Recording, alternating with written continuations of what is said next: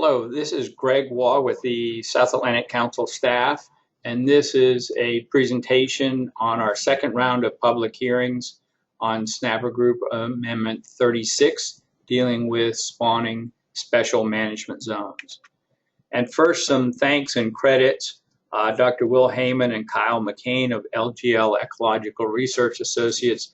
They worked with a number of our fishermen and MARMAP to collect samples that were essential to this work that we're doing.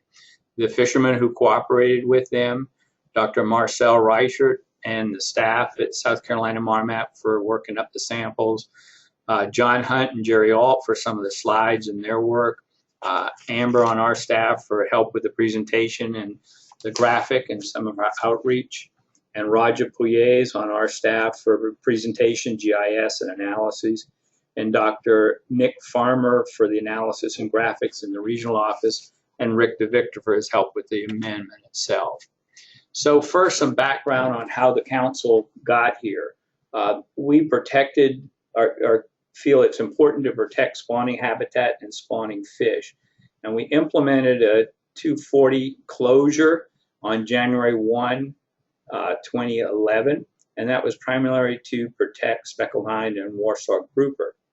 And after that went in place, we found that it wasn't as effective and resulted in some unanticipated economic and social impacts. And so the council removed that effective May 10, 2012.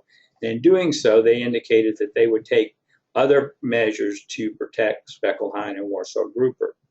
Well, upon that closure being removed, the Secretary of Commerce, NOAA, was sued by the Natural Resources Defense Council and the Ocean Conservancies on June 8, 2012. And in defending that lawsuit, it was argued that the council has taken additional action. And those additional actions are this amendment, Snapper Group Amendment 36. The council also convened an MPA expert work group that worked extensively to compile the information that was used to develop these sites. And our Coral Amendment 8, which includes a coral HAPC habitat area of particular concern that was extended, covers 843 square miles. And due to the regulations that are included in that area, those are deemed to be approximately 50% as effective as a MPA. And those regulations will become effective on the 17th of this month. So the council indicated all along it was reevaluating additional action regardless of how the judge ruled on the lawsuit, and the judge did rule in NOAA and the council's favor. So our purpose and need right now is to identify important spawning habitat for snapper grouper species that can be designated for protection, to enhance spawning and increase recruitment. We want to reduce bycatch and bycatch mortality of not just speckled hind and Warsaw grouper, but other snapper grouper species as well. And we want to align the existing South Carolina deepwater MPA with the permitted site. And the need is to protect spawning fish, promote recruitment, reduce bycatch and bycatch mortality of important snapper grouper species, including speckled hind and Warsaw grouper. At the same time, we want to minimize the negative short-term social and economic effects and maximize the beneficial long-term social and economic effects on our fishermen. And we need to move the existing South Carolina deep MPA. So first, just briefly, some background on special management zones. This is a tool that the council has used in the original Snapper Group FMP since 1983. It addresses the use of certain gear on artificial reefs, fish attraction devices, and other modified areas of habitat focused on artificial material. The intent of these special management zones was to create an incentive to create artificial reefs and fish attraction devices, increase biological production, create fishing opportunities where they didn't exist, and restrict specific types of gear not compatible with the intent of the special management zone. And so in 1987, the council prohibited fishing in the special management zones except with handheld hook and line and spearfishing gear and prohibited harvest of Goliath grouper in SMZs, and did this in SMZs that were implemented off of South Carolina and Georgia. In 1989, established 2 artificial reef sites off of Fort Pierce, Florida as SMZs, and later in 1989 in Regulatory Amendment 3, established an artificial reef at Key Biscayne and prohibited fish trapping, bottom long line spear fishing, and harvesting of Goliath grouper in that SMZ.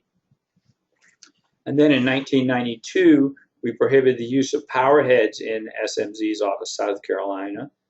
93, established 8 additional SMZs off of South Carolina. 99, another 10 off of South Carolina. And in 2000, established 12 SMZs at artificial reefs off of Georgia, revised the boundaries of 7 others, and restricted fishing in new and revised SMZs. So you can see we're focusing in on gear, a little bit on bag limits, and then in 2011, we limited the possession of snapper grouper and coastal migratory pelagic species to the bag limit in the SMZs off of South Carolina. So this tool can be used to regulate gear and limit the possession around these artificial reefs. And so now what's the connecting? How do you connect spawning areas and use of SMZs? Excuse me. So looking at spawning sites, these are areas where groups of fish at above normal densities gather for reproduction. Most groupers and snappers migrate to specific areas at specific times, and this is triggered around the moon phase. And we may or may not have aggregations to the level that you see in the Caribbean. And these are some pictures, mutton snapper on the right, Nassau grouper on the left. And so we're determining what level of concentrations we have up in our area. And some of these special areas, you have multiple species spawning at the same site. This is an example at Riley's Hump off of Florida Keys. And you can see here we've got muttons and triggers spawning at the same site. And this is the type of area that the council wants to focus in on. These special habitat areas are important for a number of different species. So again, I'm going to present some information about Riley's Hump and then make the jump to what we're seeing up in our area with the Devil's Hole. So there's been a lot of work done in Riley's Hump. And this is a graphic showing that there's a portion of Riley's Hump where mutton snapper aggregate to spawn. And then there are different areas within that protected area where you've got black and scamp grouper and Cubera snapper spawning. And again, as I said, there's a lot of work that's been done down in Riley's. This shows a sonic tagging study where individual mutton snapper were tagged up in one area and followed as they go down to the Tortugas Southern Reserve to spawn around the full moon. Then they go back up into the protected area where they hang out, eat, and then next moon phase they move back down to the Tortugas area. And so as you do more study in these areas, you can find out how these individuals of different species are moving and utilizing different areas. So these individuals are making this movement back and forth from a protected area going down to an area that maximizes the release of their eggs and larvae. And so you get what is called a spawning corridor here, and you may have to look down in the future about some additional protection so that all these fish aren't intercepted as they move from one area to another. And so this graphic shows the results of a modeling effort done by Dr. Jerry Alt, looking at what happens to larvae that are released down here in the month of February. And this was based on the currents and so forth in February 2009.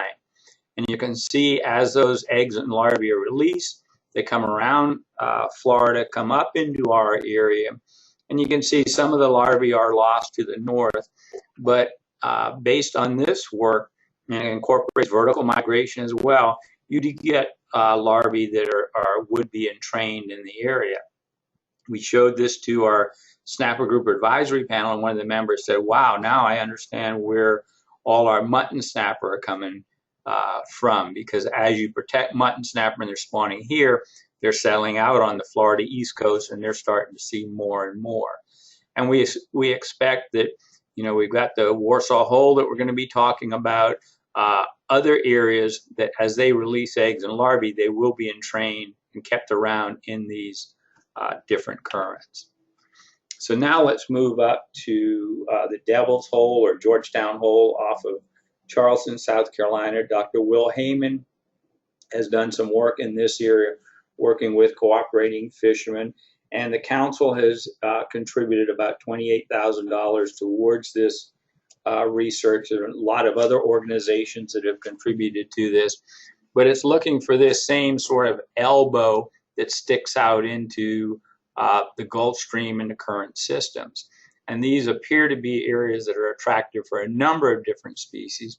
And you can see, indeed, based on just work in 2014, excuse me, that we're seeing a number of different species: blue-line talgag, greater amberjack, mutton snapper, scamp, snowy grouper, Warsaw grouper, and yellow-edged grouper.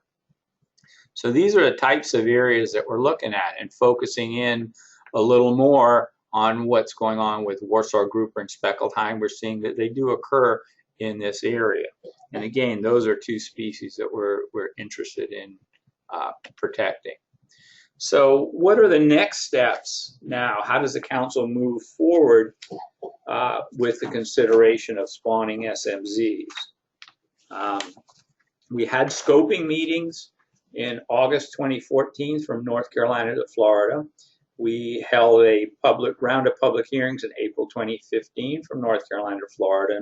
The last public hearing was at our June meeting in Key West just this past June. And we're going out now for another round, a second round of public hearings from North Carolina to Florida. We'll take public comments at our September meeting in Hilton Head, South Carolina. So the approach is to specify a process for identifying spawning sites for snapper grouper species, including speckled hind and Warsaw grouper, based on the characteristics of sites important for spawning.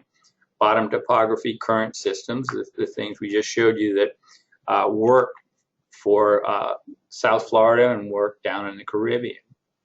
So some of the things to note about this new approach is the current SMZ procedure needs to be expanded to provide for spawning SMZs targeting natural habitat. And we address this in actions 1 and 2. The council is only prohibiting fishing and or possession for snapper grouper species. Fishing for other species would be allowed. Things like dolphin, wahoo, tuna, billfish, king mackerel, Spanish mackerel, that'll all be allowed. But no fishing for or possessing any species in the snapper grouper fishery management unit. And the spawning SMZ approach would not make any changes to existing deep water MPAs or the existing SMZs. Excuse me. So for action 1, which would modify the special management zone procedure, the council has a preferred alternative to modify the procedure to include protection of natural bottom important for spawning by designating spawning SMZs. And you'll see here, this shows our snapper grouper advisory panel supports this approach. The council also has a preferred alternative to modify the framework for the snapper grouper FMP to include modifying or establishing new spawning SMZs. So this allows them to make changes or add new ones or remove those quickly. And alternative 3 would only allow them to modify existing SMZs through the framework, and a plan amendment would be needed to add them. But their preferred is alternative 2. So if you have a preference, we want to hear from you on these. So considerations and suggestions for spawning SMZs, we've got alternative sites for each area, action 3 for North Carolina, 4 for South Carolina, action 5 for Georgia, and action 6 for Florida. And with these sites and areas that the council is considering, they are targeting protecting habitat and spawning. And we want to know about impacts on your fishing. The data we have by our statistical grids is not at a fine enough resolution or small enough to get accurate information. And so our analysis of our data is very low based on the catch data that we have. And this is shown some in Appendix E, and the amendment document that will be available from our website has this in more detail. Artificial reefs to improve habitat, where we have heard a lot of support for this, and we're doing this within our existing MPAs. That's a part of Action 7, as I'll talk about in a few moments. The council is looking to allow transit and prohibit anchoring in Action 8. And this is a new item, a sunset provision, Action 9, that we'll get into in a little more detail in a minute. And we are going to have what's called a system management plan, or SMP, that outlines the outreach, monitoring, enforcement, and evaluation for these spawning SMZs. And that's laid out in a little more detail in Appendix N. And I'll cover that a little bit as well. So we're going to go through each of the sites now, and I'll spend a little more time on this first one to show you the information that's included on this slide. So you've got a chart that shows the areas under consideration, and there's a larger chart in the summary and in the amendment that shows you where you are offshore. The first round of public hearings, we heard that it would be very helpful to get some latitude information here. And so what these numbers are say for the Malchase wreck, the northernmost latitude and the southernmost latitude of all the alternatives. So you'll see that for each of the alternatives. Also, again, what our Snapper Group Advisory Panel is supporting.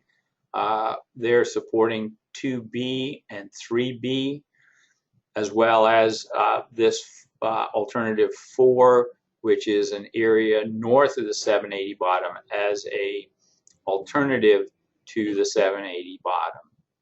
And someone asked during the first round of public hearing to have a conversion from square miles to acres. So 1 square mile is 640 acres. So you've got the name of the proposed area, the subalternative number, distance from some prominent inlet to give you an idea of where you are, and then the size of the area in square miles, the depth of the water on the inshore side, and the depth of the water on the offshore side. So for example, the AP supports the Malchase wreck subalternative 2B that's 33.5 miles from Ocracoke Inlet, 1 square mile in size. The depth of the water is 180 feet on the inshore side, 246 on the offshore side. And we've got that for all the sites, so you can look at the one you're interested in, and you can see that in size they range from the largest is 12 square miles down to 1. And this shows South Cape Lookout. And again, the information is there. This is a new one that was added at the last council meeting, so we're really looking for input here. 5 square mile area in the South Cape Lookout area. And again, we've got the northernmost latitude and the southernmost latitude. And what we show here is a brief summary of the species that are spawning in these areas. This table shows, based on the MARMAP, CMAP, and CFIS data, that we've got red snapper and red grouper. Information from a manuscript by Nick Farmer et al. That's still in prep also shows that there is vermilion snapper spawning within that Cape Lookout area. It may not be within that specific spot that we've chosen, but within that area. And we've also got some habitat characterization based on Nancy Foster Crew's report for that South Cape Lookout area. So you've got some information on the habitat there. So moving down to South Carolina now, where we have our most detailed information, because again, Dr. Heyman has worked with cooperating fishermen and MARMAP to look at this area. This is the most prominent elbow we have in our area, and so wanted to look at this area first. And again, we've got alternatives ranging from 1 square mile for the Devil's Hole or Georgetown Hole up to 15.2 square miles. Our snapper grouper AP supports an area no larger than 3.1 square miles. We've also got 2 artificial reefs that were established as closed areas. These are areas 51 and 53. We're not showing them because their information, their location is not generally known. And we're trying to keep that secret until the final rule is published, because we don't want people to start fishing on them. Each of those areas is just under 3 square miles. And in terms of the alternative that the count that is being considered, the AP has suggested an area south of the northern South Carolina MPA, and we've put together this alternative 2E. That's an 8 square mile area, and you can see it takes in observations. I'll talk about that in a minute, but this is direction that the council gave us at the last meeting. So we've got these, and that's an area that the AP endorsed at their last meeting. And then for Georgetown Hole, Devil's Hole, again, we've got areas from 1 square mile up to 15.2. And in terms of species in these areas, you can see that we've got great triggerfish, vermilion snapper, greater amberjack, Warsaw grouper, scamp, some yellow edge grouper, blue line tile. So 2D, which is that large area, 15.2 square miles, has the most diversity of species that are spawning in that area. The alternative site has some snowy grouper and yellow edge grouper. So again, the council wants to hear from you as they pick which of these alternatives they're going to go forward with. And we want to, let me just mention too, in terms of these sites, that we've got mutton snapper and speckled hind also found spawning in this area based on some of the more recent work by Dr. Will Heyman. And then in areas 51 and 53, we've got black sea bass and gray triggerfish and some red porgy spawning based on work done by South Carolina. So now let's talk about Georgia. And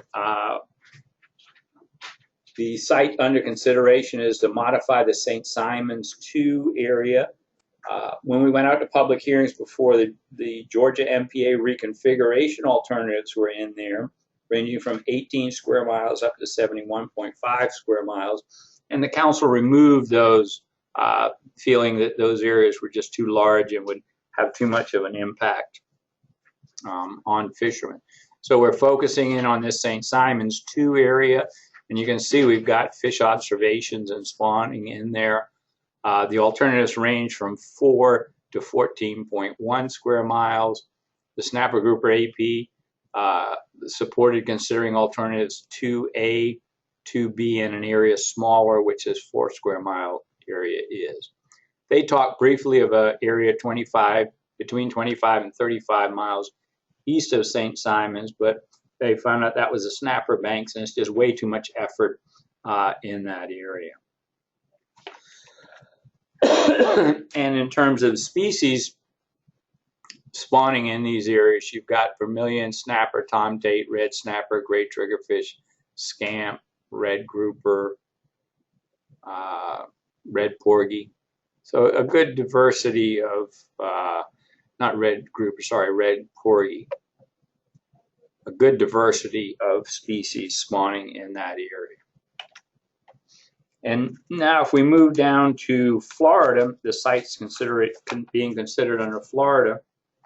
And this Daytona Steeples area is different in that we have information that the habitat in this area is very important. We haven't had any scientific research done to document whether there's spawning within these areas. But what the council is proposing is to include an area somewhere between 6 and 12 square miles within this area that is that Coral HAPC extension that we talked about earlier under Coral Amendment 8. So this area already gets some protection, but the council is interested in looking at an area in here to also close to snapper grouper fishing.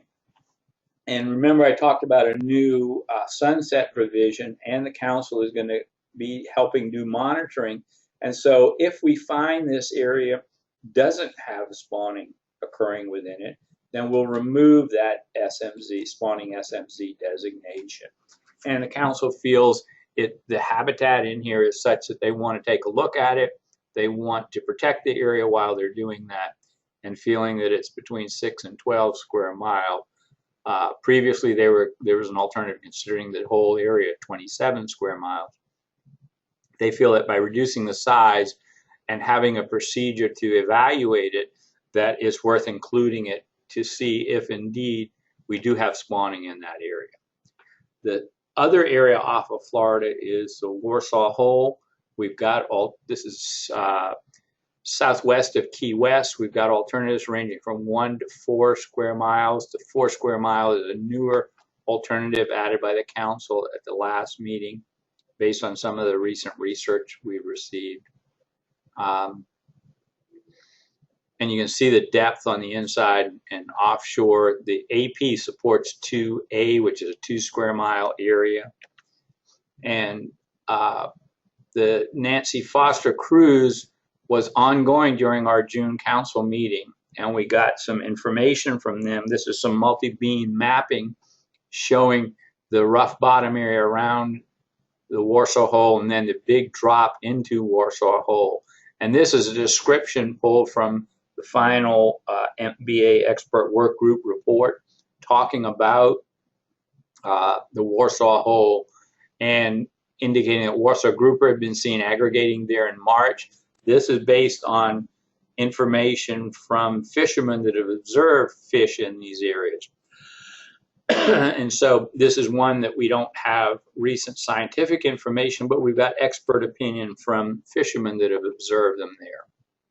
One female Warsaw grouper was caught in March with obvious roe. This area southwest of Cosgrove Grove Shoal is thought to be a spawning area for red snapper. Warsaw Hole is critical concern. It has Warsaw grouper, Almaco jack, greater amberjack groupers, snappers, blackfin, red, vermilion, other reef fishes. So we have sufficient indication to support that there is spawning in this area, and such as unique habitat that the council wants to include it. So those are the areas that are up for consideration, and the council wants to hear from you on any of your suggestions as to which alternatives they should choose. So we move on now. Action 7 would move the existing Charleston Deep Artificial Reef MPA 1.4 miles to the northwest to match the boundary of the permitted site. And you can see the current site is outlined here, and the state placed some material and it was to land on this inshore side, but given the wind and current situations, it landed along this line and just over the line. So the state has already changed the boundary with the Corps of Engineers, and what the council is being asked to do now is just shift the boundary, same size box, move it in to cover that area. And the Snapper Grouper AP supports that. Action 8 would establish transit and prohibit anchoring within the area. The council doesn't have a preferred alternative here, but they've indicated their support for this. The Snapper Grouper AP supports the transit provision and the anchoring prohibition. And we've got, in terms of what transit means, fishing gear appropriately stowed means. So please take a look at this and make sure this is consistent with how you operate, and this would be address your need to transit through that area. And then the final action is new at the last council meeting. The council, in responding to public input and concern for having these spawning SMZs and perhaps them not getting research and evaluation done, they put in a provision that would sunset these SMZs in 10 years if they're not reauthorized. So if nothing is done in 10 years, they'll go away. The council is committed to doing the research and monitoring and helping with enforcement. The council is considering whether we do evaluations at the end of 3, 5, 7, and 9 years, or 3, 6, and 9 years. So if you have some input on how often you think that evaluation should be done, we'd like to hear from you. The council is also doing a system management plan for these spawning SMZs that will outline the research and monitoring excuse me, using citizen science and fishery independence surveys.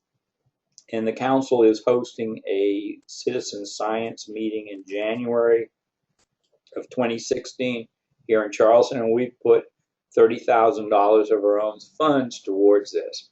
So between this and the money we've contributed towards some of the scientific research, it shows the council is serious about having these sites monitored.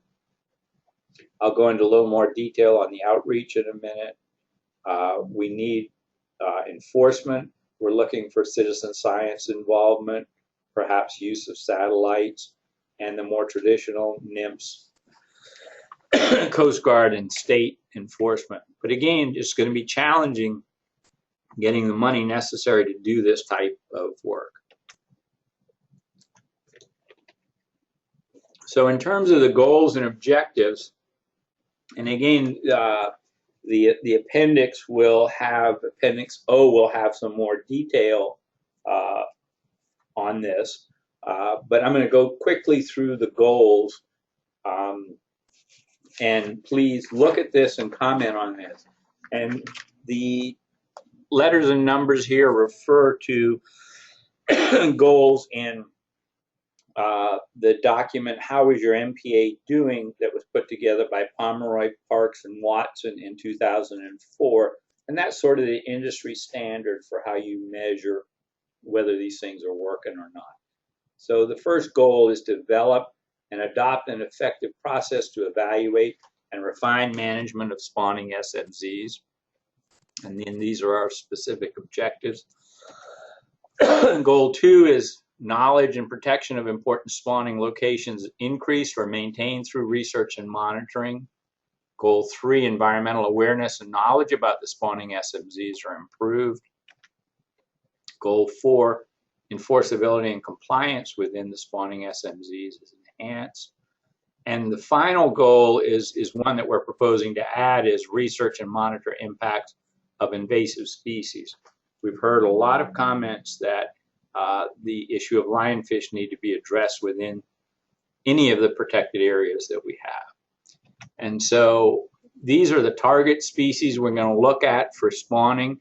Take a look at this, and if you think there's some that should be added, some that should be removed, please let us know that in your comments. The council is scheduled to choose preferred alternatives for all actions, including the specific SMZ, spawning SMZ sites, at their September 2015 meeting. Once we have those sites, then action items similar to those shown below for outreach will be developed for each of the SMZ sites, and that'll be added to the document that the council will see for final approval in December. So in terms of outreach, the action items, 1 is to work with fishing chart manufacturers and or vendors to improve available information. 2, develop state-specific RAC cards of spawning SMZs to distribute. 3, to incorporate new information about spawning SMZs in the RAC cards excuse me, into the council's mobile application. 4, develop a spawning SMC informational brochure. 5, PowerPoints to distribute, post on the web and YouTube to get this information out. Action 6, expand the council's existing managed areas web pages to provide more information. 7, develop a list of key contacts. So we want to get the word out. In terms of time frame for Amendment 36, the council will review scoping comments. They reviewed scoping comments and provided staff guidance in September 2014. December 2014, they reviewed the amendment and approved measures and provided guidance. And the council staff and IPT worked on the document up through February 2015.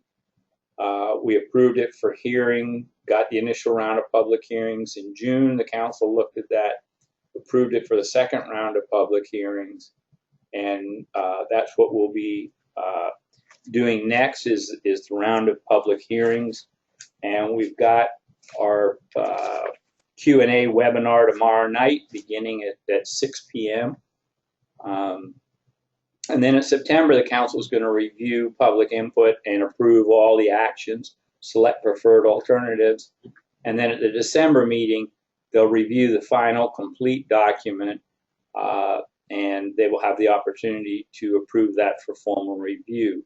If they do that, then we're targeting July, mid-July, mid-year in 2016 for an implementation date. So in terms of how you get your written comments to us, we're accepting those by 5 p.m. on August 31st.